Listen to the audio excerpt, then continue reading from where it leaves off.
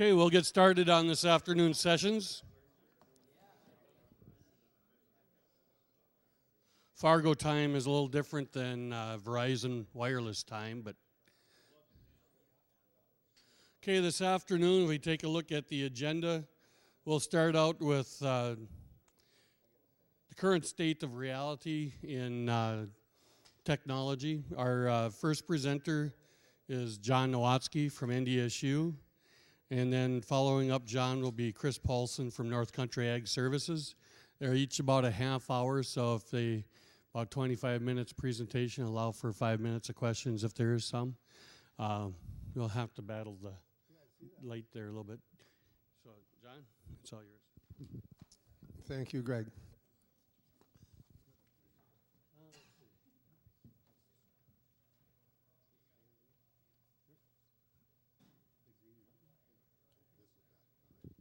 Thank you. Well, I'm going to speak and talk a little bit about unmanned aircraft, and it's an area that has a lot of people talking. You just have to pick up a farm magazine today and you see an article on unmanned aircraft. The question is, where's it going to fit into ag, and where's it going to fit into your businesses, either a farm business or a consulting business?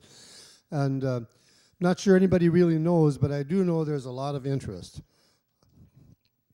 And I want to point out to start with, I realize that you're primarily crop producers, but there's some opportunities for unmanned aircraft, probably a lot of opportunities in livestock production as well. So I'll talk some about both of those things. I want to talk about, when we talk about unmanned aircraft, what are we talking about? So I'll go through that. I'd like to visit a little bit about the impacts of North Dakota being chosen a test site by the FAA, by the Federal Aviation Administration, and how that might impact unmanned aircraft, even in agriculture. Talk about typical equipment, and I'll show some examples of equipment, including prices, so you get some idea of what, if you're interested. Talk about the regulations, what we're going to do at NDSU in collaboration with UND this summer on some research with unmanned aircraft. And really, if I come back a year from now, I'd have a lot more specific information to share, because we're going to do a considerable amount of research this year. Talk about the future, and then I'd like to talk a little bit about privacy, and maybe we can have a discussion about that as we after the presentation. First of all, as you probably know, North Dakota was selected as one of 6 test sites by the FAA, and you see where they are located around the country, and it's probably worth noting in the smaller print on the bottom what FAA is interested in terms of these test sites. And you'll notice that learning what to do or how they might be usable in agriculture is not one of the things FAA is interested in. They're not interested in that at all. They're interested in all the other issues related to flying. Here's the specific locations: University of Alaska, Nevada. There's an airport in New York, North Dakota, Texas A&M, and Virginia Tech. And you'll notice on North Dakota that it's not one of the universities, it's the North Dakota Department of Commerce. They're the group that, or the agency that was tasked by both the legislature and by the governor to get this application in. So it's listed as the North Dakota Department of Commerce. And you'll also notice that what FAA wants us to do in North Dakota is to look at airworthiness. They also want us to look at what's called link technology, and that's the technology between the aircraft and the individual flying it, and the possible also with manned aircraft, that kind of technology. So basically they're focusing on safety. Currently, unlike many other Western European countries, Australia, Asian countries, here in the United States, it's illegal to fly unmanned aircraft, with a few exceptions. So we're going to talk about that too. Farming, it happens to be one of the exceptions. And generally speaking, unmanned aircraft, you've got the vehicle in the air, you've got some kind of a control station that's always going to be with it, even though almost all of these aircraft are going to be autonomous. All the aircraft now that we're using are autonomous or have that autonomous option, but you always have to have that ability to take control of it. And then you have to have some way of communicating with it. Both fixed wing and rotocopter, some of the aircraft get up to maybe 10 feet in terms of a wingspan, but most of them are much smaller than that. I put here 18 inches to 10 feet, and most of them are probably going to be 3 feet or smaller. And they're going to be remote controlled, and that should really say and or autopilot, because they're all going to have an autopilot built into them, a GPS.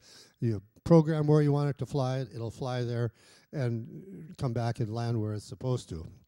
Under 1,000 feet, and I'm just estimating that FAA will come out with rules in the September of 2015, so a year and a half from now, with specifics. But that's probably where we're going to be at. My work with unmanned aircraft 10 years ago that had a wingspan of about 8 feet, we found that we had very difficult time seeing them and keeping visual contact once they got above 1,000 feet. So I'm thinking they're going to be in that area. A lot of different kinds of sensors, and at this point, primarily cameras. Here's an example, the weight, wingspan. Almost all of them today are battery powered. They're electric.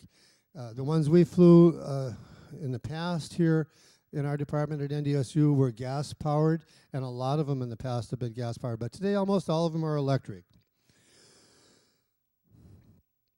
I'll go through half a dozen different examples of equipment, and the first one, I'll start with those that are lower priced and then go on up to those that are higher priced. Initially here, there's these first two are, you'll notice, I don't know if I have a pointer, but you'll notice at the bottom there's a web address for each one of these. And this one is www.event38.com. So you can check any of these out.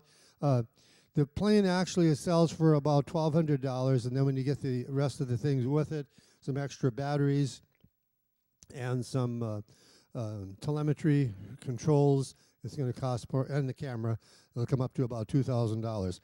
We have one of these, and we've started flying it. We'll be doing considerably more as this season goes on. Here's another example from the same company, again about $2,000. They all include cameras. This one has a digital camera that would be very similar to the kind of camera that you use when you're out just taking pictures. Not very expensive, $300 or less, so relatively inexpensive.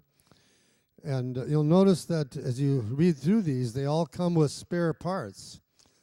Isn't that interesting? This one's a little more expensive.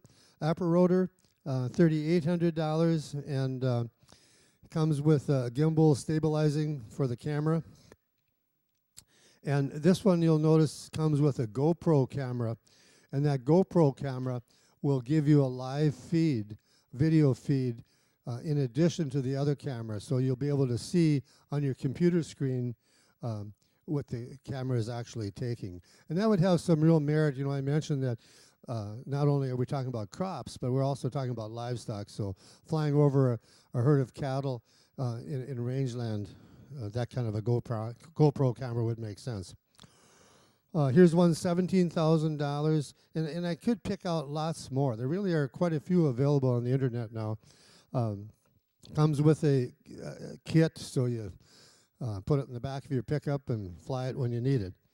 The one thing about the rotocopters, they don't, the batteries don't last as long. It takes more energy to keep them in the air than a fixed wing. The fixed wings will fly from 1 to 2 hours on the same battery, depending upon the wind conditions and other conditions. And these rotocopters, I've seen them from as little as 12 minutes and up to maybe 20 minutes. So they're not going to fly a long time without changing batteries. Here's one called SenseFly, and 35,000. Again, you know, fits into a little case. You can see what it includes.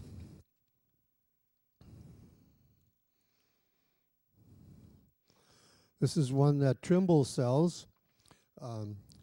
It's UX5. It was actually a German company called Gatewing that they purchased. And you're all, as agriculturalists, you're familiar with Trimble. Trimble has a lot of guidance and GPS type equipment. They're also heavily involved in surveying around the world. And this aircraft really was produced and marketed for surveying. For example, one company that we're actually working with on a project flies open pit mines with this and can make very accurate estimations of the amount of material that was mined in one day compared to a previous day. Trimble now, Titan equipment, Titan machinery is just currently developing a business relationship with Trimble, and I think they will be marketing this aircraft through their Trimble operations either in 2014 or more likely at the end of this year or into 2015. This aircraft, as some of the more expensive ones, have very hard bodies. You'll notice that none of them have wheels. They all land on their belly, and this one is a carbon fiber. And I think as I looked at the specifications for it, they're guaranteed to survive like 80 landings, and then they'll sell you another body for about $400. Kind of an expensive piece of equipment. We have on one of our projects to order one of these, and they do give educational discounts, so down to about half that price. But at any rate, they said it's going to probably be at least 3 months into the future because they have such demand for these aircraft. The sensors, I'm just using a number of examples. As I said, a lot of them are going to use a typical camera. I talked to somebody this morning that was going to put his cell phone in and be able to relate to it with another cell phone and use his cell phone to take monitoring pictures of his crops. But this one is called, it's an ADC camera, agricultural digital camera, made by a company in California called Tetracam. And when we were flying with our manned aircraft, some work that I was doing about 10 years ago, I used an ADC camera similar to this that had GPS built into it. So you put into it the GPS locations of where you wanted the pictures, and you just started flying, and it would take the pictures when you got to that location. It's being marketed by a company in Grand Forks called Field of View. It includes a software that is used to put these images together, to stitch them together and georeference them. And I think our next speaker is going to talk more about a similar software. Here's a thermal imaging camera. We're going to be doing some work, and I'll show you on one of the next slides, at the Carrington Research Station this summer. And one of the things we want to use is a thermal camera that for each pixel, like I'll just assume, depending upon how high you fly, but I'll assume a 6-inch pixel. Each pixel would have a temperature. You'd be able to get a temperature within 1/10 of a degree Fahrenheit. So there's a number of applications for that. Here's one example with a center pivot.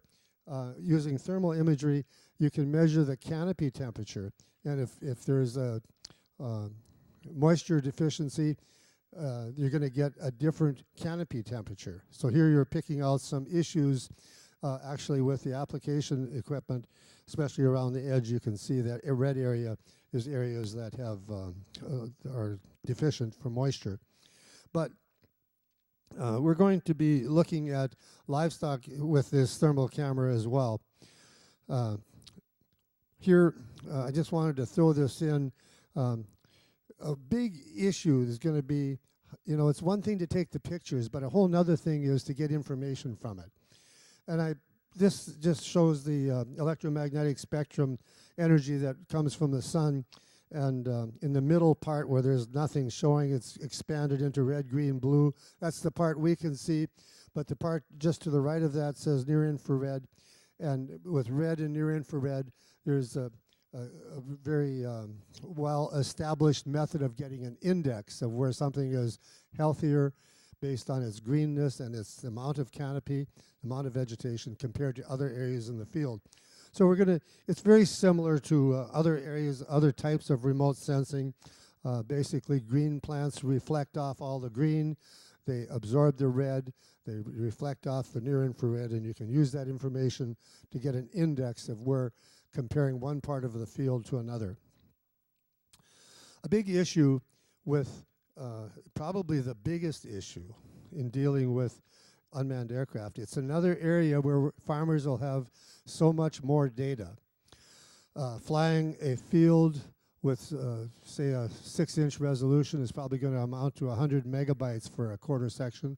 And again, our next speaker can deal with that, and will deal with that.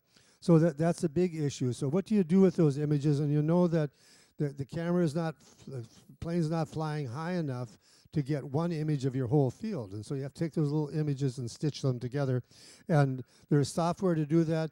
My thinking is, and I may be wrong, that farmers and crop consultants will probably take their imagery, upload it on the internet to a company that's going to do this for them, and then a couple of hours later get that downloaded, and it'll have an analysis with it, for example, like a vegetative index on this page. We'll see where it goes.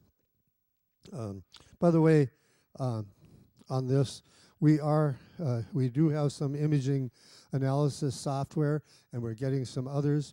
And if farmers are interested if you're flying fields yourself with your own aircraft or your own unmanned aircraft and want assistance to assemble, to georeference your imagery and stitch them together and to get some analysis, we'll certainly do that for you. Just contact me. We have some students that will be doing that. And we may get overloaded and we'll have to stop doing that, but we're certainly willing to do that now. This is an example of a data software processing software called Agisoft. It's, I think, actually a Russian software, and $3,800. Again, it's marketed by this company in Grand Forks called Field of View. The current FAA regulations, I mentioned a little bit about it, but in January, the FAA finally announced that they're going to allow farmers, and they specifically mentioned farmers, to fly their own fields now, and they'll be able to, you know, they can't sell it, but they can fly their own fields. So any farmer can fly their own fields. And they have to abide by the remote control RC association rules. And again, I think Chris will talk about that. But my understanding of the RC rules is you have to be under 400 feet. You have to be line of sight. You have to be able to see the aircraft. You have to be within, I think, 3 miles. You can't be any closer than 3 miles to an airport.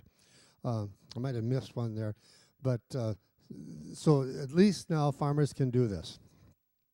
We at universities have to get a certificate of authorization from FAA, and we have already applied for one to do this project, which we have some funding from North Dakota Soybean Council, and we're hoping to get funding actually from the North Dakota Corn Council. They've committed some funds to it, and from Research North Dakota, from the North Dakota Department of Commerce, to fly all of the research that's going on at the Carrington Research Station this summer.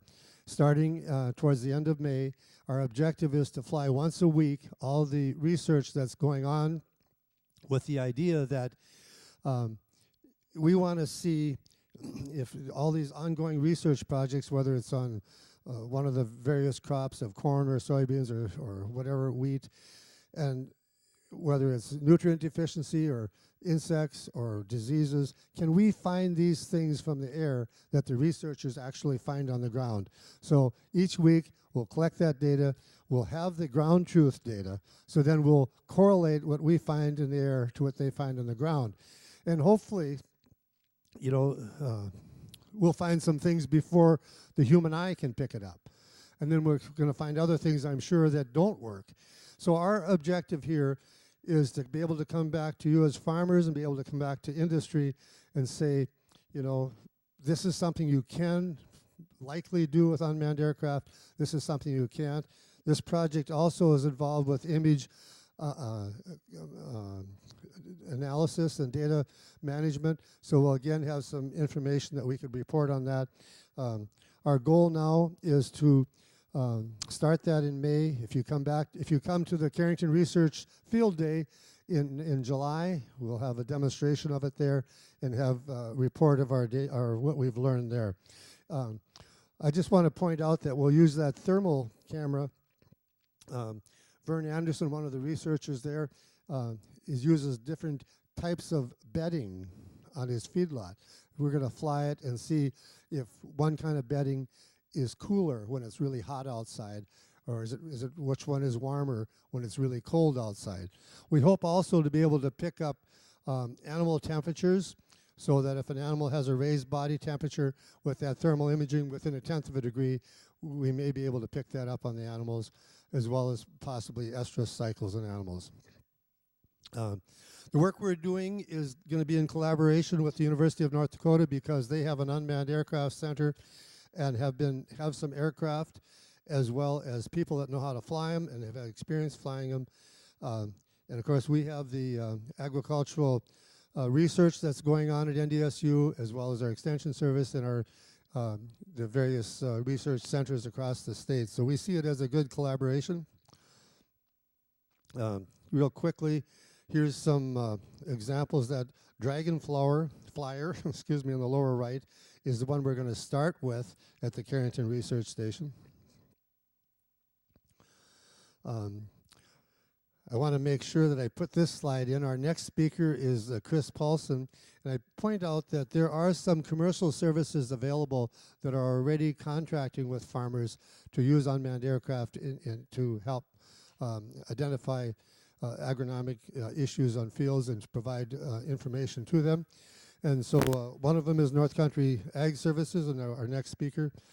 Field of View is a company in Grand Forks that sells not the service, but they do sell, they sell training, and they also have cameras and sensors. So what are some potential applications? Well, I certainly see this kind of real-time monitoring. You may even find it useful, just like a person in a manned aircraft flies over an airplane. You can pick out over a field. You can pick things out quickly. Also, we can do the same thing with real-time feedback with unmanned aircraft. But also, if you, for example, were going to do in-season fertilization of corn, you could fly your fields. You could use it to get a variable rate application map for your field. You could also make a quick estimate, for example, of how much fertilizer you're going to have to order. You could maybe make an estimate of which fields you don't have to go to. Today's livestock prices, with cows being worth $2,000 or more, if you're able to monitor them, just drive out to the edge of your range or pasture land, take out a helicopter and let it fly it and do the counting for you on a daily basis or whenever you need to. Finally, I'd like to just mention privacy, because privacy is an issue. Whenever I open up a discussion to a group of people on this topic, privacy comes up. Whose data is it? If somebody flies over your field and takes a picture, who does that belong to? And is that information your information? Is it an issue of somebody monitoring what you're doing without your permission? It's a serious issue, and it is an issue that will be dealt with this year with the FAA at the various locations with their test sites. This is an aircraft that we used last fall to start with, and the young lady there is one of our ag engineering students, and the guy beside is a man training her with kind of a buddy system, and we were flying this, and you'll notice if you look closely that the wings are held on with some rubber bands, and we didn't check the rubber bands to make sure they were good, and about a half an hour later this is what it looked like. So you have to be careful.